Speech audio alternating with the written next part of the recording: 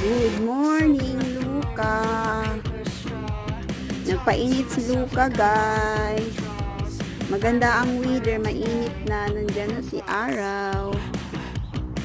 Nilagay ko siya dyan kasi nagsuka ba yung kumain siya ng grass tapos sinukan niya. Doon siya sa sa cage niya. Kaya nilabas ko siya. Inaupo dyan. Ay, Luca boy. Di ba?